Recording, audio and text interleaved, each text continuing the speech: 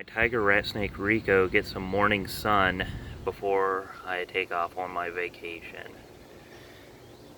So I'm just doing some final housekeeping before I take off. I'm heading to Chicago, and I figure I could get a little handling time in. If you don't know about Rico, I've talked in videos before. He's a tiger rat snake, so he's a Spilotes pilatus. I got him from a co-worker.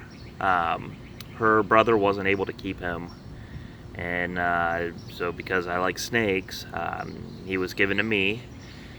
His enclosure right now is not ideal. I'm keeping him in a 55-gallon tank, but he really needs an enclosure that's at least like 6 feet long by about 2 to 4 feet deep by about 4 to 6 feet tall. These are very active snakes, but I make up for that by giving him a lot of out of his tank time. My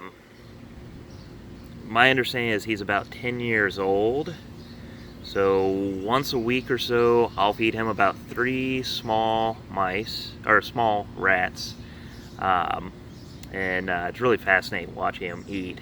He is the fastest eater of all my snakes.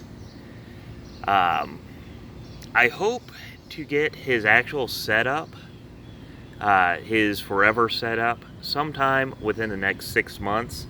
Every single time I start to get a little bit of money saved up for his enclosure, something on my car breaks or something in my house breaks that costs somewhere around $1,000.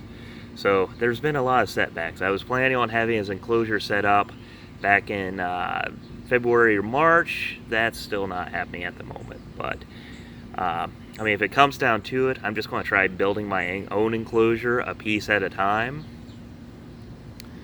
But he's a really good snake. He's really fascinating. It's just, he's got to be somewhere between 7 and 8 feet long. He is huge. He's my longest snake, and he's generally pretty well behaved unless I'm trying to get him out of the tank. He's very protective of his enclosure. I don't know if that's just because it's too small and so he feels threatened, or if he, identifies that as his territory. But, he'll usually strike at me a couple times when I reach in there to get him. He's very smart. He seems to always know when it's feeding time, because the day or two before I go to take him, the day or two before I go to feed him, he starts striking at me, like anytime I walk by the cage. So that's when I know he's hungry. And he's never really been much of a problem feeder. When I first got him, he didn't eat for a couple weeks because, he was in a new home and he needed time to adapt. And then whenever he goes into blue, he stops eating. So whenever I see his eyes go blue, I stop feeding him. Usually he goes about a month, then he sheds, and then he's absolutely ravenous. So let me see if I can get a close-up of his face. But yeah, he is absolutely gorgeous. If I ever did get a larger enclosure, or whenever I get one, I wouldn't mind getting a second tiger rat snake. Maybe try to get a female so that way I can get a breeding project off the ground.